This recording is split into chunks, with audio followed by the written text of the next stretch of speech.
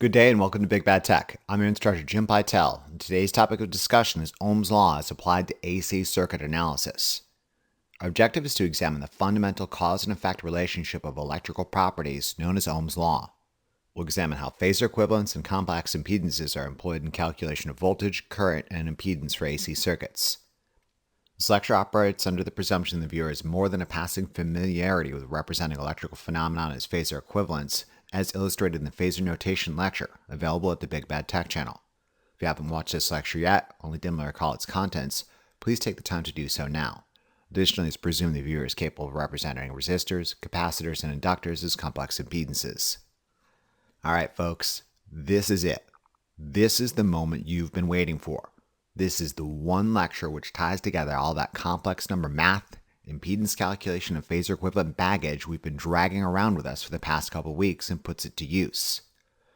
Without underestimating its importance, a thorough understanding of Ohm's Law is an absolute necessity for AC circuit analysis. Try not to screw it up. As profoundly important as Ohm's Law is, it's not that hard. When applied to AC circuit analysis, Ohm's Law is almost a direct copy of our previous experience with DC circuit analysis scenarios.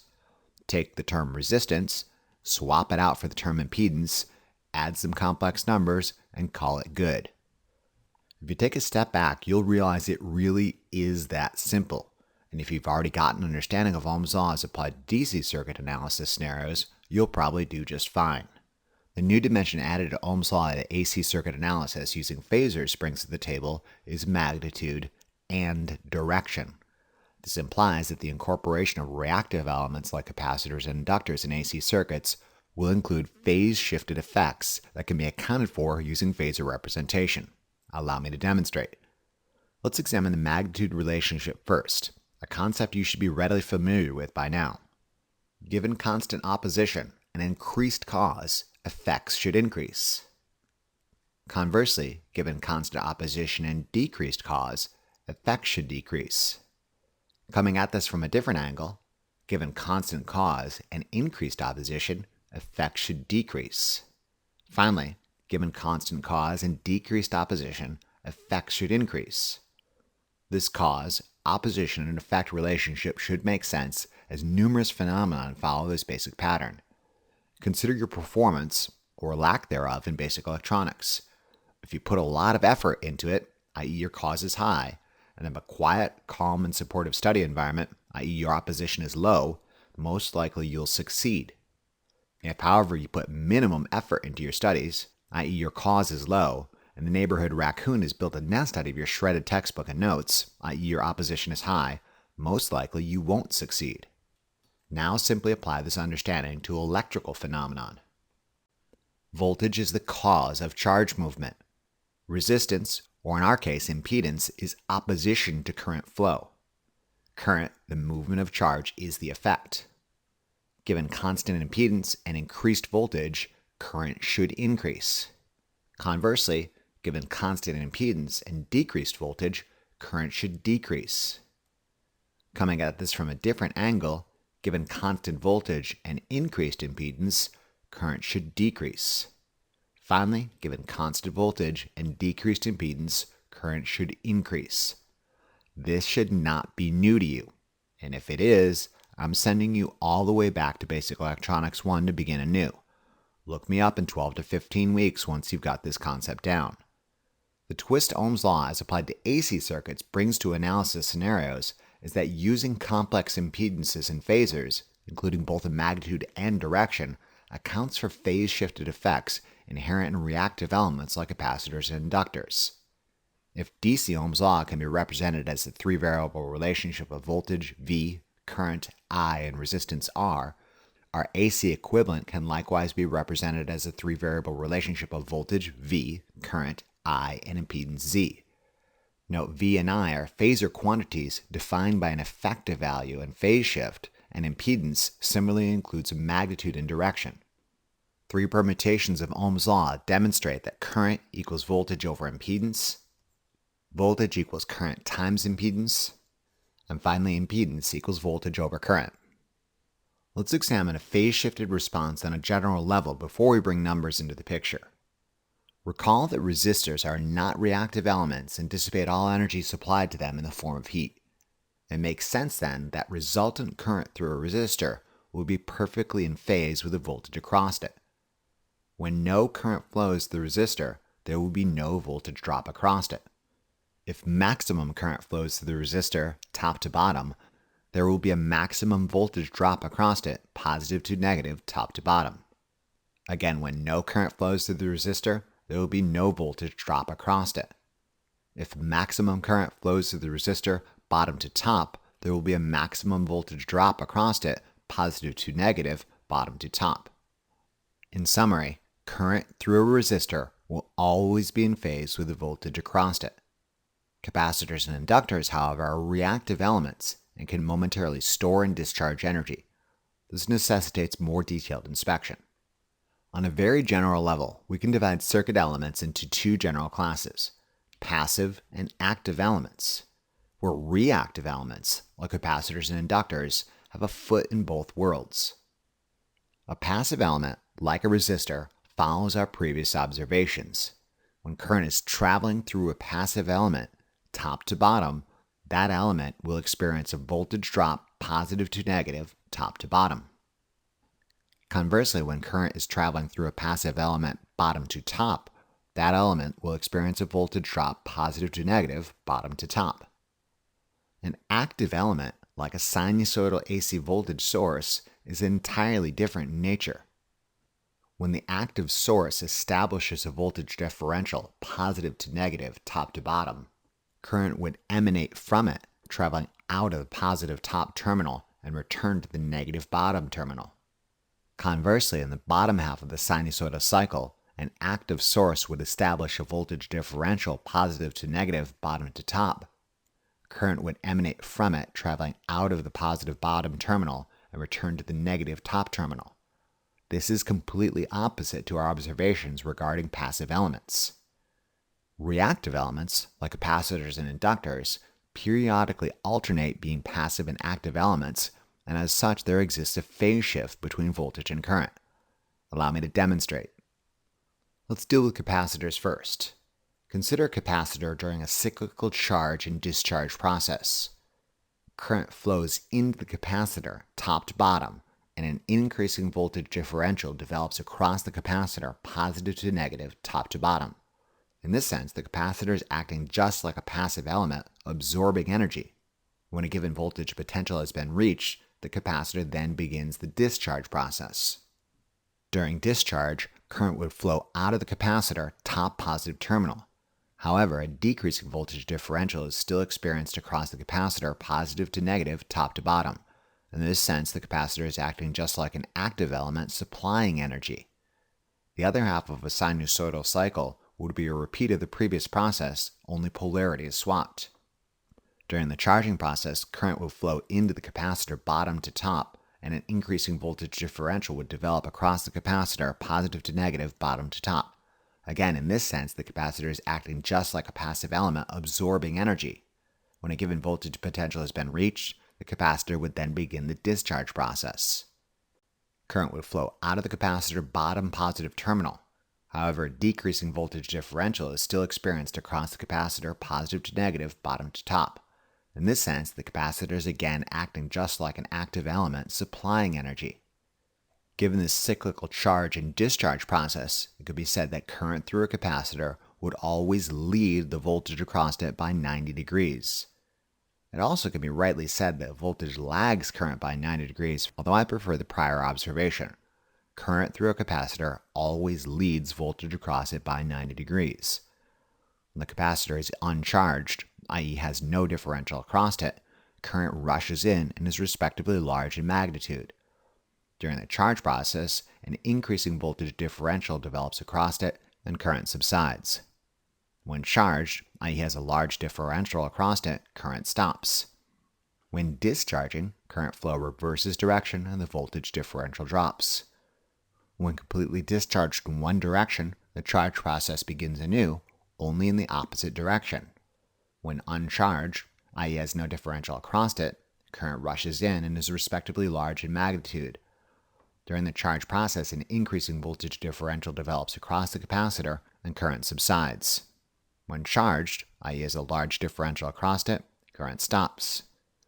When discharging, current flow reverses direction and the voltage differential drops. When completely discharged in one direction, the charge process begins anew, only in the opposite direction. We're right back where we started. In summary, current through a purely capacitive element will always lead voltage across it by 90 degrees. Inductors also exhibit alternating periods of active and passive behavior. Allow me to demonstrate. Consider an inductor in the process of cyclically expanding and collapsing the magnetic field. Experiencing increasing current, the expanding magnetic field generates a voltage differential across the inductor, positive to negative, top to bottom. In this sense, the inductor is acting just like a passive element, absorbing energy. Experiencing a decrease in current, the collapsing magnetic field continues to push current out of the bottom terminal by generating a voltage differential across the inductor, positive to negative, bottom to top. In this sense, the inductor is acting just like an active element, supplying energy. The other half of a sinusoidal cycle would be a repeat of the previous process, only polarity is swapped. Experiencing a reversal and increase in current, the expanding magnetic field would generate a voltage differential across the inductor, positive to negative, bottom to top. In this sense, the inductor is again acting just like a passive element, absorbing energy. Experiencing a decrease in current, the collapsing magnetic field continues to push current out of the top terminal by generating a voltage differential across the inductor, positive to negative, top to bottom. In this sense, the inductor is again acting just like an active element, supplying energy. Given the cyclical expansion and collapse process, it can be said that voltage leads current by 90 degrees for an inductor. However, I prefer phrasing this using a different perspective. Saying voltage across an inductor leads current through it by 90 degrees is equivalent to current lagging voltage by 90 degrees. I'll come back to rephrase this observation in a moment. Using this plot, it can be demonstrated that when current increases, a voltage differential occurs across the inductor. When current is relatively stable and at a positive maximum, no voltage differential occurs across the inductor. When current decreases and reverses, a voltage differential occurs across the inductor. When current is relatively stable and at a negative maximum, no voltage differential occurs across the inductor. When current increases and reverses, a voltage differential occurs across the inductor. We're right back where we started. Note this plot of voltage and current for the inductor uses current as our established reference, since it's easier to initiate discussion about the cyclical interchange in this manner.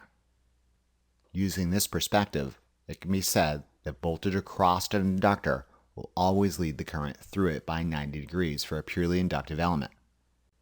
One needn't always use this same perspective. One can also plot current through the inductor using voltage as our established reference. When drawn in this fashion, current appears to be lagging voltage by 90 degrees. Both these observations are true, being merely different ways of saying the same thing. However, I have a tendency to think using the second perspective. Current through an inductor will always lag the voltage across it by 90 degrees.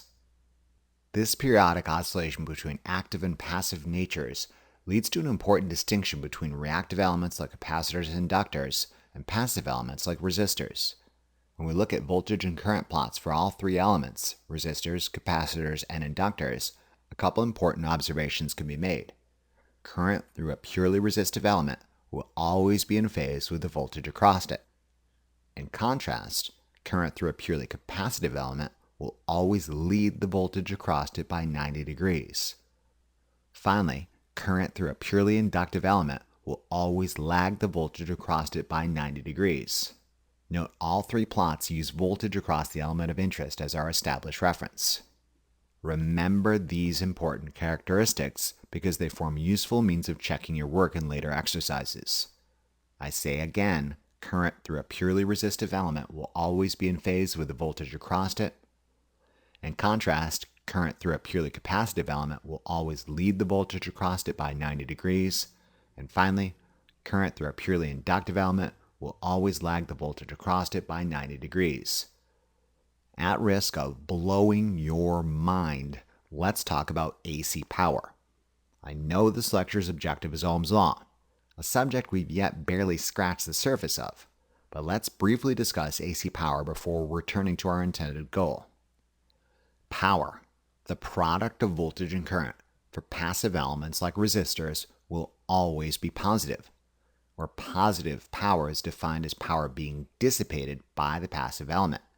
Periods of positive voltage times positive current yield a burst of positive power as equally effectively as do periods of negative voltage times negative current yield another burst of positive power. For a single complete cycle of a sinusoidal AC voltage waveform, the resistor would experience 2 bursts of positive power dissipation. Note that 2 bursts of positive power dissipation can be averaged to arrive at an average power dissipation figure over time. We'll return in a moment to discuss the significance of this observation. Power for reactive elements like capacitors and inductors, in contrast, will cyclically alternate between periods of positive and negative power. Given positive power is defined as power being dissipated by the element, negative power can be defined as being supplied by the element. Can you dig what this means? A charging capacitor absorbs energy, and then during the discharge process returns all this stored energy. Similarly, the expanding magnetic field in an inductor would absorb energy, and then when it collapses, return all this stored energy. We'll examine this phenomenon in greater detail in much later lectures, but as a preview, consider a plot of power for both capacitors and inductors subjected to sinusoidal AC voltage. In terms of the capacitor, a period of positive voltage times positive current yields a period of positive power while the capacitor is charging and absorbing energy. A period of positive voltage times negative current yields a period of negative power while the capacitor is discharging and supplying energy. A period of negative voltage times negative current yields another period of positive power while the capacitor charges and absorbs energy. Finally, a period of negative voltage times positive current yields a period of negative power while the capacitor is discharging and supplying energy. As we anticipated, we observe cyclical alterations between positive and negative power, or the passive and active natures of a reactive capacitor. In terms of the inductor, a period of positive voltage times negative current yields a period of negative power when the magnetic field established during the previous cycle collapses and returns energy. A period of positive voltage times positive current yields a period of positive power while the magnetic field in the inductor expands and absorbs energy.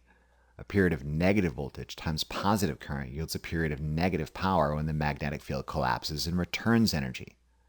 Finally, a period of negative voltage times negative current yields another period of positive power while the expanding magnetic field of the inductor builds and absorbs energy. As we anticipated, we observe cyclical alterations between positive and negative power, or the passive and active nature of a reactive inductor. Let's return our attention to the average power dissipated by the resistor. Recall that the 2 bursts of positive power dissipation can be averaged to arrive at an average power dissipation figure over time. Not so for reactive elements like capacitors and inductors. Given equal periods and magnitudes of consumption and supply, it could be rightly said that the average power dissipated by these reactive elements over time is 0. What does this mean in terms of power, given these reactive elements continually draw current? It means power, previously a simple product of voltage and current for DC circuit analysis scenarios, must take into account the phase shift between voltage and current. In summary, AC power is multidimensional in nature and can be thought of in terms of real, reactive, and apparent power, where real power is that amount actually dissipated on average, and reactive power is that amount cyclically exchanged between the source and the reactive elements.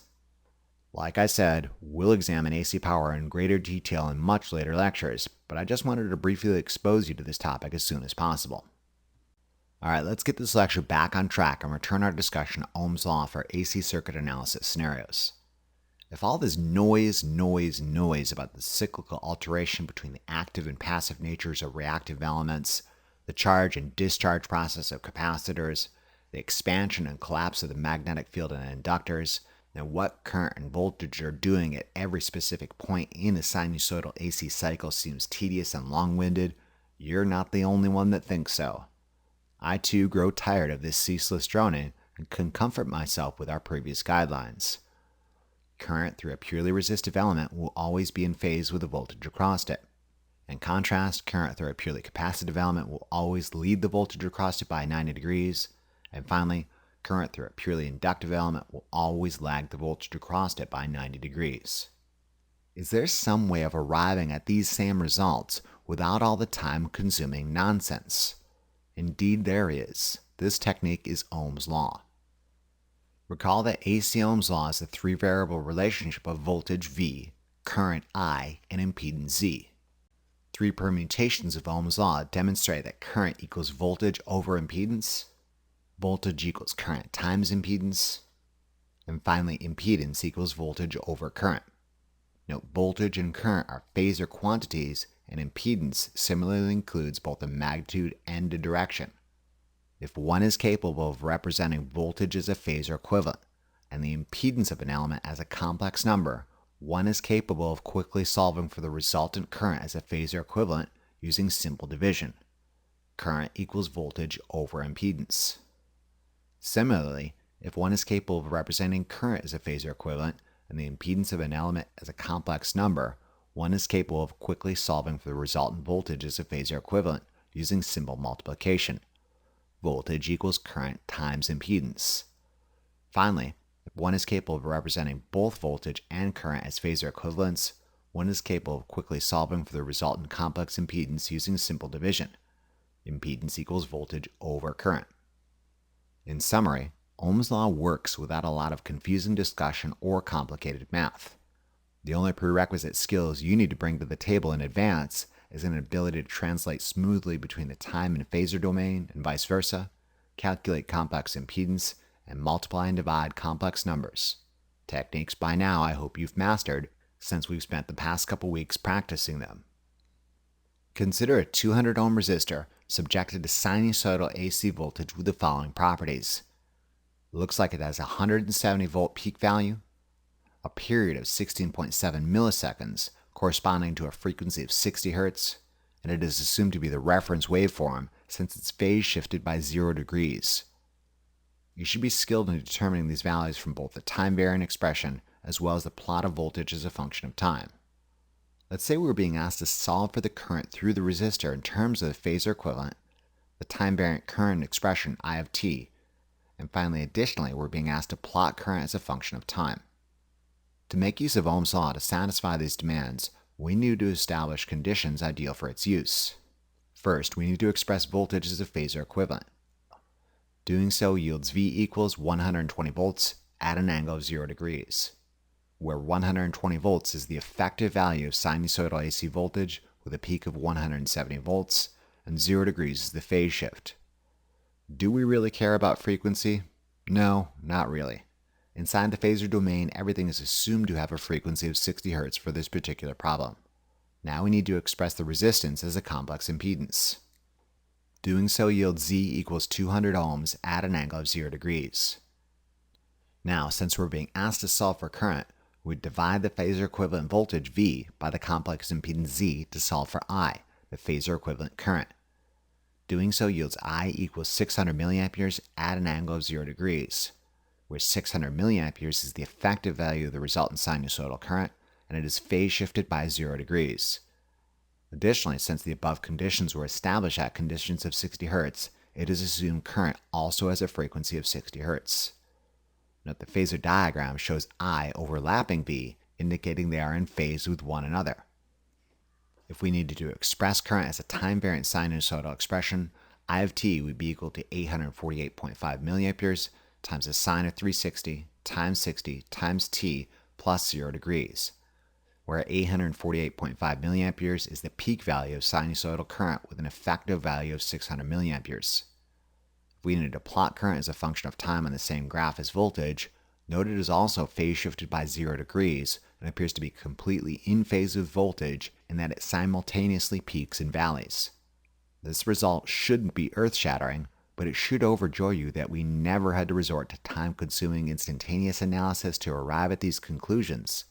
The only reason this discussion took so long is because we were being asked to transfer information from the time domain to the phasor domain, perform the calculation, and then transfer the result back to the time domain.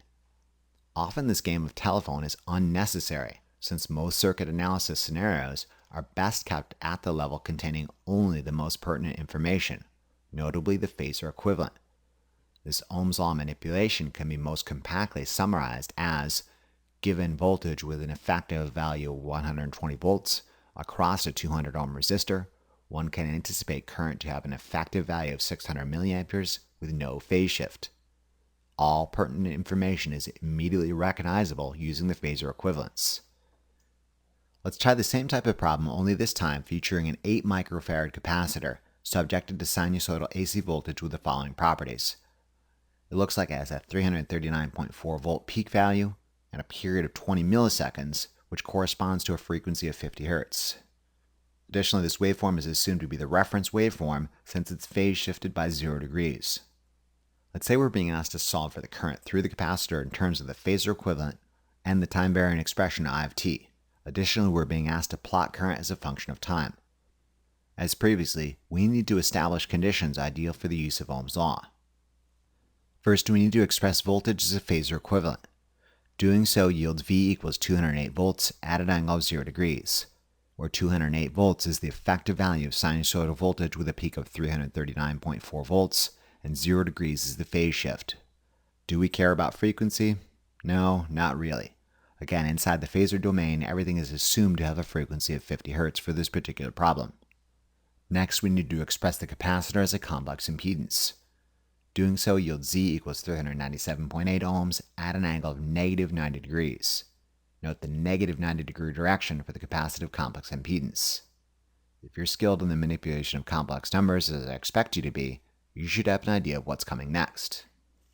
Since we're being asked to solve for current, we divide the Phasor equivalent voltage V by the complex impedance Z to solve for I, the Phasor equivalent current.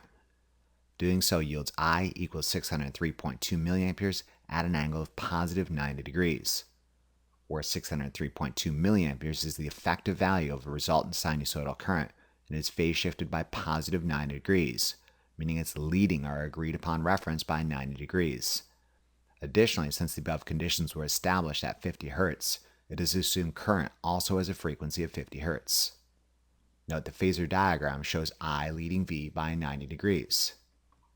If we needed to plot current as a function of time in the same graph as voltage, note it is phase shifted by positive 90 degrees. A positive 90 degree phase shift for a waveform with a frequency of 50 Hz, corresponding to a period of 20 milliseconds, is equivalent to a 5 millisecond differential between current and voltage. Again, a lot of this is superfluous information, only serving to obfuscate the most important points. Most circuit analysis scenarios are best kept at the level containing only the most pertinent information, notably the Phasor equivalent. This Ohm's law manipulation can be most compactly summarized as: given 50 Hz sinusoidal AC voltage with an effective value of 208 volts across an 8 microfarad capacitor, one can anticipate current to have an effective value of 603.2 milliamperes with a positive 90 degree phase shift. All pertinent information is immediately recognizable and in keeping with our expectations. Let's try this again using a more streamlined approach.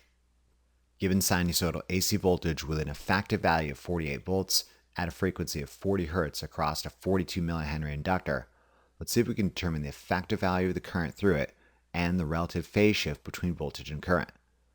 To somewhat complicate our streamlined efforts, let's assume this isn't an ideal inductor, but rather a non-ideal one that includes a noticeable amount of internal resistance, let's say 10 ohms. Using our given information, we can show that our Phasor equivalent of voltage V equals 48 volts at an angle of 0 degrees, since we're assuming it's the reference. Let's now determine the impedance of the non-ideal inductor. Recall from the series complex lecture available at the Big Bad Tech channel, a non-ideal inductor can often be visualized as the inductive portion in series with a small internal resistance, in our case 10 ohms. The resistive portion has an impedance of 10 ohms at an angle of 0 degrees. The inductive portion has an impedance of roughly 105.6 ohms at an angle of positive 90 degrees at our given excitation frequency of 400 Hz. Adding these two series impedances together, we find our non-ideal inductor has an impedance of roughly 106.0 ohms at an angle of positive 84.6 degrees. Given positive 84.6 degrees is still close to 90 degrees, means it's still primarily inductive, However, the slight tilt towards the real axis indicates there's a small resistive portion we need to consider. Given current lags voltage by exactly 90 degrees for perfect ideal inductors, can you anticipate by how much current will lead a lag voltage for this non-ideal inductor?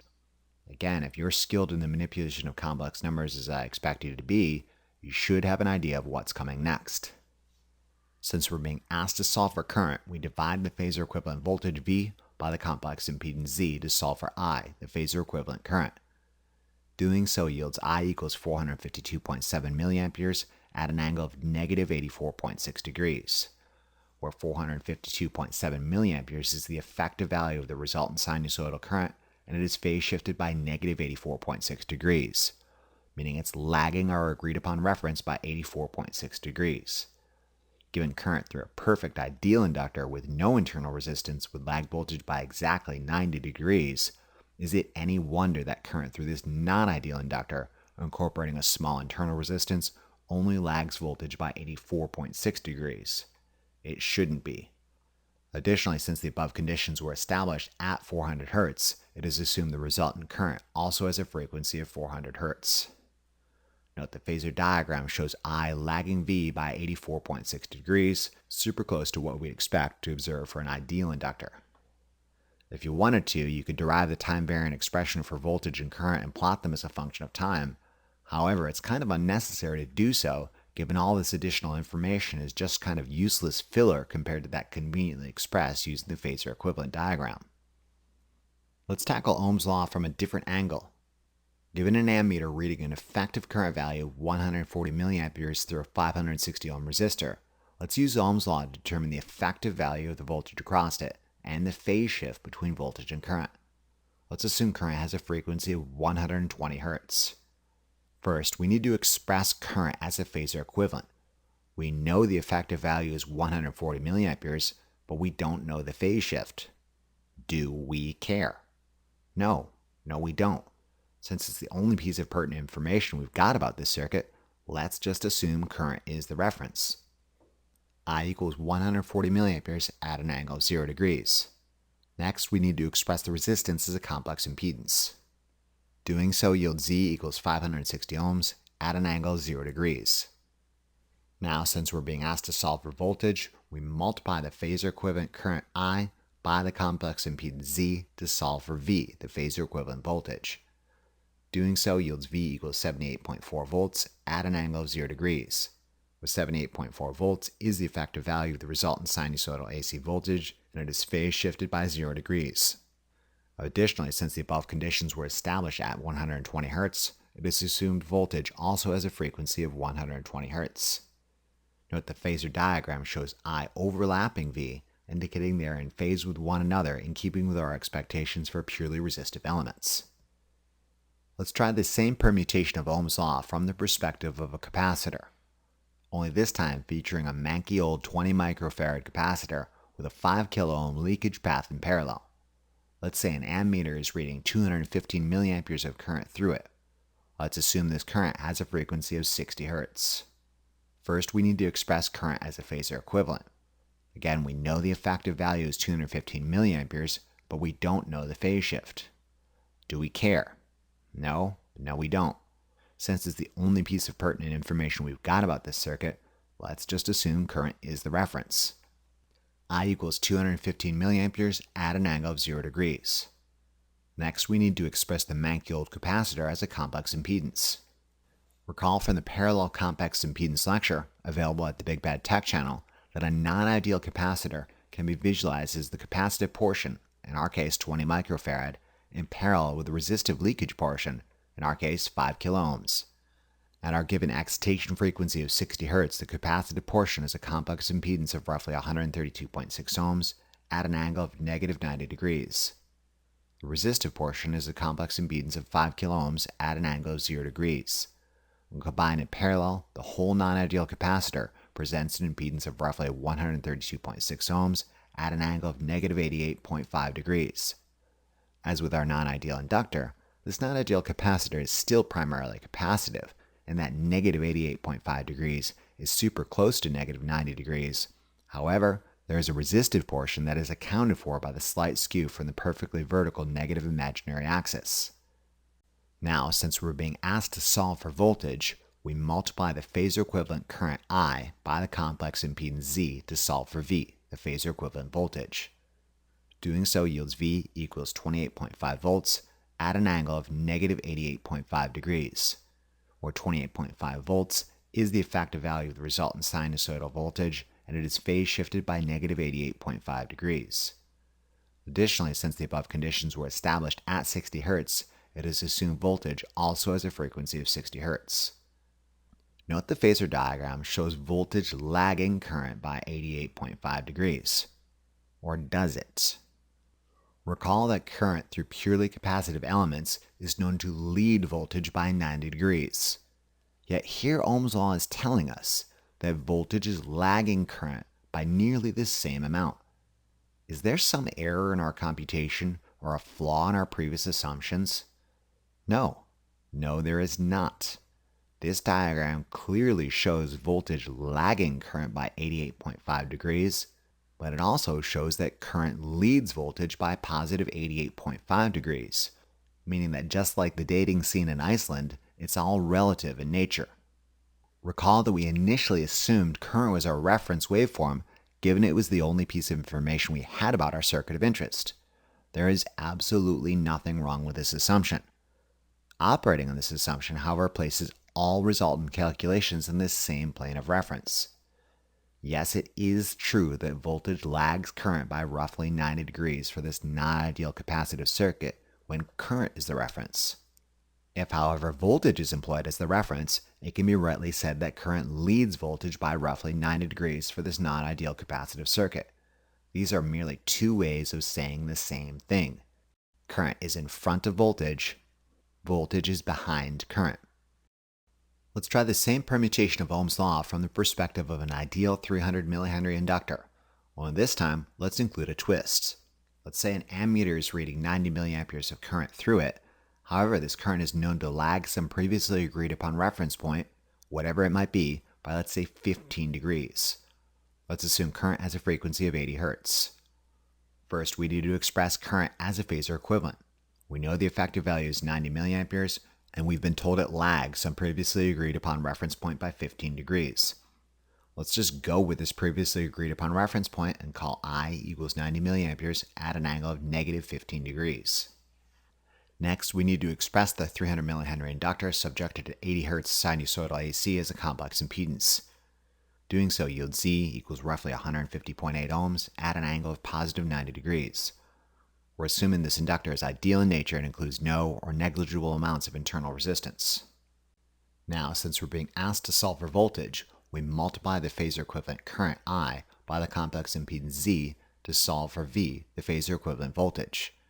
Doing so yields V equals 13.6 volts at an angle of positive 75 degrees, where 13.6 volts is the effective value of the resultant sinusoidal voltage, and it is phase shifted from our previously agreed upon reference, whatever it might have been, by positive 75 degrees.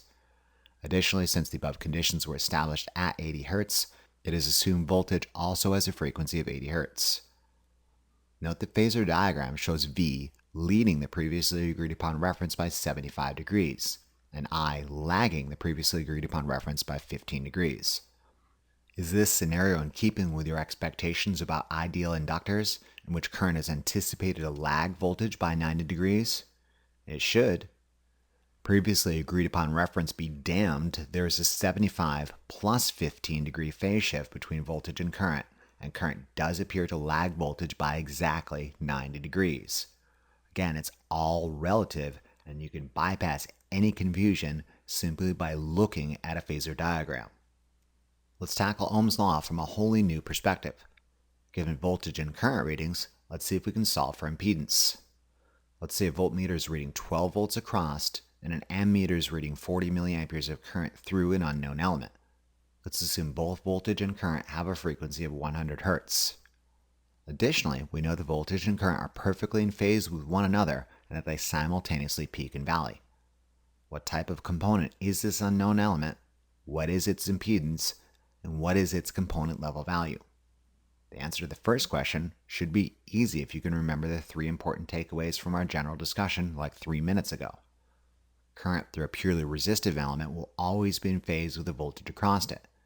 In contrast, current through a purely capacitive element will always lead the voltage across it by 90 degrees. And finally, current through a purely inductive element will always lag the voltage across it by 90 degrees. Given our voltage and current appear to be in phase with one another, this unknown element is undoubtedly a resistor. Let's prove it with some math. First, we need to express voltage and current as phasor equivalents. We know the effective value of voltage is 12 volts, but we don't know the phase shift. Do we care? No, we don't. We may as well assume voltage is the reference. V equals 12 volts at an angle of 0 degrees. Now we need to express current as a phasor equivalent. We know the effective value is 40 milliamperes, but we don't know the phase shift. This being said, we do know current is in phase with voltage. Given voltage is a phase shift of 0 degrees, and current is in phase with it, we are free to assume it as a phase shift of 0 degrees. I equals 40 milliamperes at an angle of 0 degrees. Note the phasor diagram shows V and I overlapping each other, meaning they are in phase with one another. Now, since we're being asked to solve for impedance, we divide the phasor equivalent voltage V by the phasor equivalent current I to solve for the complex impedance Z. Doing so yields Z equals 300 ohms at an angle of 0 degrees, where 300 ohms is the magnitude and 0 degrees indicates it's entirely resistive in nature. Frequency has no effect upon our resistive impedance, and we are reasonably confident the component value of our unknown element is 300 ohms. Let's try a similar scenario, only this time including a reactive element. Let's say a voltmeter is reading 42 volts across, and an ammeter is reading 34 milliamperes of current through an unknown element. Let's assume both voltage and current have a frequency of 55 Hz. Additionally, we know current is leading voltage by exactly 90 degrees. This is the dead giveaway that we're dealing with a reactive component, the fact that there's a phase shift between voltage and current. What type of component is this unknown element? What is its impedance? And what is its component level value? The answer to the first question should again be easy if you use the three general guidelines. Given current is leading voltage by 90 degrees, this unknown element is undoubtedly a capacitor. Let's prove it with some math. First, we need to express voltage and current as phasor equivalents. We've been given effective values for both, however we only know the relative phase shift between voltage and current. Which one is the reference? Voltage, current, or some other previously agreed upon property? Do we care? No, we don't. We can assume either of these properties is the reference. Given how the initial conditions are phrased, current leads voltage by 90 degrees, let's stick with this description and call voltage our reference with a phase shift of 0 degrees, and current is leading it by 90 degrees, meaning current has a phase shift of positive 90 degrees.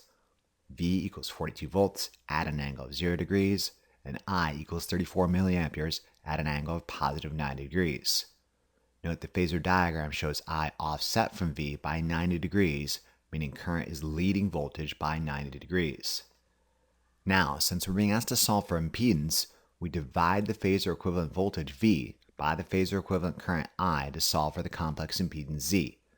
Doing so yields Z equals 1,235.3 ohms at an angle of negative 90 degrees, or roughly 1.2 kiloohms at an angle of negative 90 degrees, where 1.2 kiloohms is the magnitude, and negative 90 degrees indicates it's entirely capacitive in nature as we anticipated. Since we are being asked to solve for the component level of the unknown element, why don't you run down to the stockroom and grab yourself a 1.2 kiloohm capacitor? Don't waste too much time, though, digging through all the assorted bins, boxes, and bags, because it doesn't exist. Recall the impedance magnitude of a capacitor is frequency dependent via the capacitive impedance formula 1 over 2 pi Fc. Given we know the magnitude, in this case roughly 1.2 kiloohms, and the frequency, in this case 55 Hz, we should be able to solve for the component level of the capacitor that satisfies this condition. Rearranging the capacitive impedance magnitude formula to solve for the capacitance and substituting in our given values, we find a capacitance value of roughly 2.3 microfarads. Problem solved. Let's step this up a notch with a similar scenario, this time including a minor complication. Let's say a voltmeter is reading 36 volts across and an ammeter is reading 52 milliamperes of current through an unknown element. let's assume voltage and current have a frequency of 70 Hz. Additionally, we know that voltage is leading current. However, it's not leading by a perfect 90 degrees, but rather only 85 degrees. What type of component is this unknown element? What is its impedance? And what is its component level value? This isn't as easy as our previous examples, since our three general guidelines only dealt with purely resistive, purely capacitive, and purely inductive elements, and there are no explicit instructions for occasions in which voltage leads current by 85 degrees. This being said, 85 degrees is super close to 90 degrees. Perhaps one of these hats might fit better than the other two. Recall, current through a purely resistive element will always be in phase with the voltage across it. In contrast, current through a purely capacitive element will always lead the voltage across it by 90 degrees. Finally, current through a purely inductive element will always lag voltage across it by 90 degrees. By saying voltage leads current by 85 degrees, I am also saying current lags voltage by 85 degrees. The clear favorite for our present scenario is a largely inductive element. Most likely, this is a non-ideal inductor that includes a small resistive component. Let's prove this with some math. First, we need to express voltage and current as phasor equivalents. We've been given effective values for both, however we know only the relative phase shift between voltage and current. Which one is the reference? Voltage, current, or some other previously agreed upon property? Do we care? No, we don't. We can assume either of these properties is the reference. Given how the initial conditions are phrased, however, voltage leads current by 85 degrees, let's just stick with this description and call current our reference. I equals 52 milliamperes at an angle of 0 degrees, and voltage equals 36 volts at an angle of positive 85 degrees, meaning voltage is leading current by 85 degrees.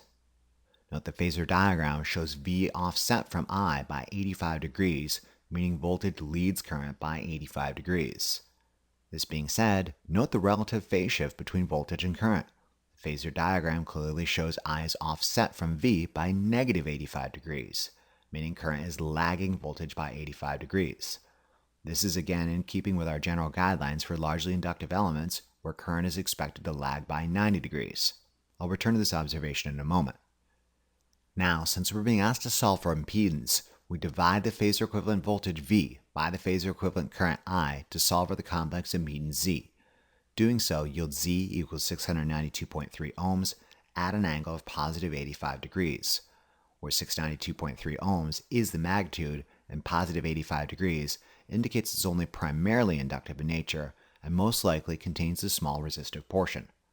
As we previously discussed, the impedance magnitude of reactive elements is frequency dependent, and as such, we cannot expect to find an inductor with an impedance of 692.3 ohms at an angle of 85 degrees at the inductor store downtown.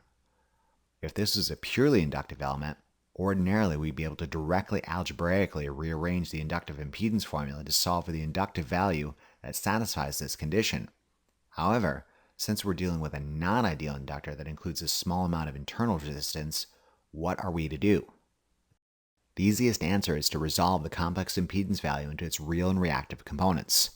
Given polar format expresses complex numbers using a magnitude and direction, we should be capable of converting this to an equivalent rectangular format with real and imaginary components, where the real component is the resistive magnitude and the imaginary component the reactive magnitude.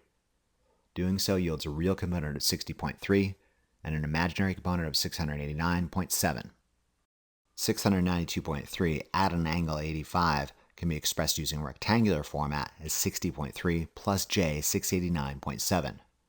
This implies that an internal resistance of 60.3 ohms is in series with an inductive portion that happens to have an impedance of 689.7 at a frequency of 70 Hz. Given we know the magnitude, in this case roughly 689.7, and the frequency, in this case 70 Hz, we should be able to solve for the component level of the inductor that satisfies this condition. Rearranging the inductive impedance formula to solve for inductance and substituting in our given values, we find an inductance value of roughly 1.6 henries, which by the way is a huge, heavy, almost fist-sized inductor. Problem solved. Before we wrap this example problem up, allow me to return to an important point. Recall we initially set up our phasor equivalence as I equals 52 milliamperes at an angle of 0 degrees and V equals 36 volts at an angle of positive 85 degrees because we stuck with the given condition that voltage leads current by 85 degrees. What if we wanted to employ the equally valid description that current lags voltage by 85 degrees? Using this description, our phasor equivalence would be V equals 36 volts at an angle of 0 degrees and I equals 52 milliamperes at an angle of negative 85 degrees. Note this version of the phasor diagram still shows a relative phase shift of 85 degrees between voltage and current, only this time voltage is our reference. It can be stated that current lags voltage by 85 degrees just as easily as it can be stated that voltage leads current by 85 degrees. Using either definition still results in a relative phase shift of 85 degrees. Does this affect our impedance calculation in any way, shape, or form? Absolutely not. When solving for impedance, we divide the phasor equivalent voltage V by the phasor equivalent current I to solve for the complex impedance Z. Doing so yields Z equals 692.3 ohms at an angle of positive 85 degrees, exactly the same result we previously obtained. Let's try this again with a twist. Let's randomly assume voltage has a phase shift of positive 17 degrees. Given we've been told voltage leads current by 85 degrees, it can be demonstrated that current would have a phase shift of negative 68 degrees. Using this description, our phasor equivalence would be V equals 36 volts at an angle of positive 17 degrees and I equals 52 milliamperes at an angle of negative 68 degrees. Note this version of the phasor diagram still shows a relative phase shift of 85 degrees between voltage and current, only this time something else is our reference. This being said, it can still be stated that current lags voltage by a relative 85 degrees, just as easily as it can be stated that voltage leads current by a relative 85 degrees. Using either definition still results in a relative phase shift of 85 degrees. Does the use of an outside reference affect our impedance calculation in any way, shape, or form? Absolutely not. When solving for impedance, we divide the phasor equivalent voltage V by the phasor equivalent current I to solve for the complex impedance Z. Doing so yields Z equals 692.3 ohms at an angle of positive 85 degrees. Exactly the same result we previously obtained. What this referencing and re-referencing demonstration is supposed to illustrate is that absolute references largely don't matter, but rather the relative shift between voltage and current is of prime importance. This same circuit would always have a relative phase shift of 85 degrees between voltage and current, whether we used voltage as our reference, current as our reference, something else as a reference, or held it right side up, upside down, held it underwater, or tied it to a goat and threw it in a hole. Any way you look at it, there will always be an 85-degree differential between voltage and current. In summary, relative phase shift between voltage and current is of prime importance. We'll examine the repercussions of this observation when we discuss AC power in an upcoming lecture. Until then, that's it. Ordinarily, I wrap lectures up at the Big Bad Tech channel with a series of example problems for the user. However, I think I'm going to publish another supplemental lecture entirely dedicated solely to AC Ohm's Law example problems for two important reasons. One, this lecture is long enough already. Granted, we only did 9 illustrated examples. We took our time and slowly warmed up to Ohm's Law manipulations with a lot of general, relatively non-technical preparatory discussions. 2, this content is extremely important, sumamente importante, and you simply cannot perform AC analysis without having mastered, that's right, mastered AC Ohm's Law. Without overemphasizing its importance, AC Ohm's Law using phasors is the single most important concept central to AC circuit analysis, and you simply must understand it with no reservations for any further progress. If I was one of those teachers you see in bad after-school specials, I'd be like, don't worry, you'll succeed if you just believe in yourself, as I pick you up, dust you off, set you back on your feet, and make you a pancake breakfast. But I'm not. And I'm more liable to say, better luck next time, and just shake my head in disgust as you bleed to death in the dust at my feet. You simply cannot progress without absolute mastery of AC Ohm's law using phasors. This being said, if you think about it, AC Ohm's law as applied to AC circuit analysis scenarios is almost a direct copy of Ohm's law as applied to DC circuit analysis scenarios. Really, the only thing we've added to our discussion is sine waves, complex number math, complex impedances, and phasor representations. If you had any issues understanding any of this content in this lecture, I will be so bold to suggest that your problem is not Ohm's law per se, but rather synthesis of Ohm's law with all the prerequisite content detailing sine waves, complex number math, complex impedances, and phasor representation. In short, don't show up to this gunfight with a dull knife. If you've got a problem with sine waves, complex number math, complex impedances, and phasor representation, now is the time to put these problems behind you, because if you fall behind, you will be left behind. If you need to revisit and review this prerequisite content, please take the time to do so now before continuing on to the AC Ohm's Law examples lecture. Alright, that's about it for now. In conclusion, this lecture examined AC Ohm's Law using phasors and complex impedances. We learned Ohm's Law is the fundamental cause and effect relationship of electrical properties and examined how it can be manipulated to solve for unknown quantities. Remember to review these concepts as often as you need to really drive it home. Imagine how well lab will go if you know what you're doing. Thank you very much for your attention and interest, and we'll see you again during the next lecture of our series. Remember to tell your Lazy Lab partner about this resource, and be sure to check out the Big Bad Tech channel for additional resources and updates.